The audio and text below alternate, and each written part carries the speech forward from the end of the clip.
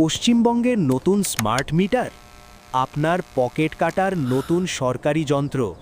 পশ্চিমবঙ্গে বিদ্যুৎ বিল বা ইলেকট্রিক মিটার নিয়ে সাধারণ মানুষের মনে অনেক সময় নানা প্রশ্ন বা ক্ষোভ তৈরি হয়। নিচে একটি কাল্পনিক গল্পের খসড়া দেওয়া হলো, যা এই ধরনের সামাজিক ও প্রশাসনিক সংকটকে তুলে ধরে। সাধারণের হাহাকার।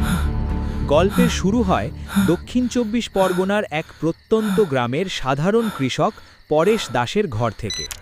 নুন আনতে পান্তা ফুরোনো সংসারে হঠাৎ একদিন আকাশ ছোঁয়া বিদ্যুৎ বিল আসে। যে বাড়িতে মাত্র দুটো এলইডি বাল্ব আর একটা পাখা চলে, সেখানে বিল এসেছে কয়েক হাজার টাকা। পরেশ দিশেহারা হয়ে স্থানীয় বিদ্যুৎ দপ্তরে ছোটে।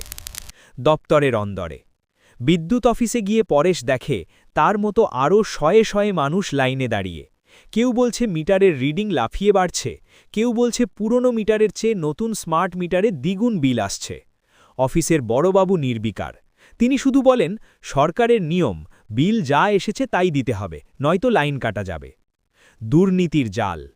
গল্পের মোড় ঘোরে যখন এক যুবক ইলেকট্রিক্যাল ইঞ্জিনিয়ার সত্যব্রত জানতে পারে যে নতুন বসানো মিটারগুলোতে সফটওয়্যারে কারচুপি করা হয়েছে।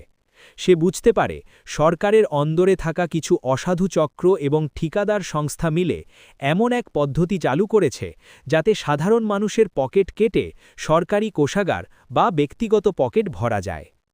তথাকথিত স্মার্ট মিটার। সত্যব্রত প্রমাণ পায় যে স্মার্ট মিটারগুলো এমনভাবে ক্যালিব্রেট করা হয়েছে যা ভোল্টেজের সামান্য ওঠানামাতেও অতিরিক্ত ইউনিট কাউন্ট করে।